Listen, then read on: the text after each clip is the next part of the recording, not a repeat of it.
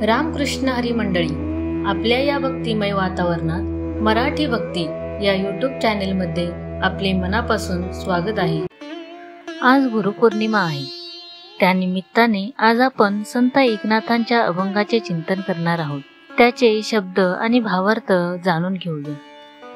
गुरु परमात्मा परेशु ऐसा ज्याचा दृढ विश्वासू, देवतयाचा अंकिला स्वयं संचार त्याचे घरा।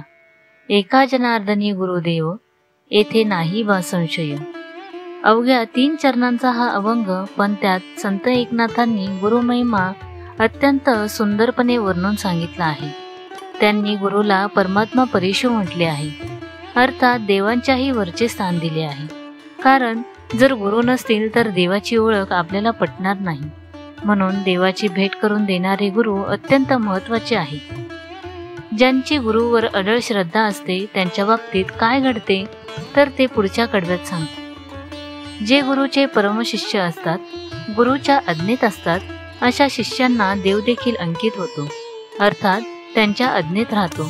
ते सांगतील तसं करतो आणि यात तीळ मात्र शंका नाही। माता पिता गुरु समजणाऱ्या पुंडलिकाचेच उदाहरण बघा। त्यांची सेवा करताना भेटीला आलेल्या पांडुरंगाला त्याने थांबवून ठेवले आणि तो थांबला सुद्धा। हीच तर खरी गुरुभक्ती। जनार्दन स्वामींचा आठव करून नाथ महाराज शेवटच्या कडव्यात म्हणतात, जो गुरुला शरण जातो त्याला सर्व सुख प्राप्ती होते, यात शंका नाही।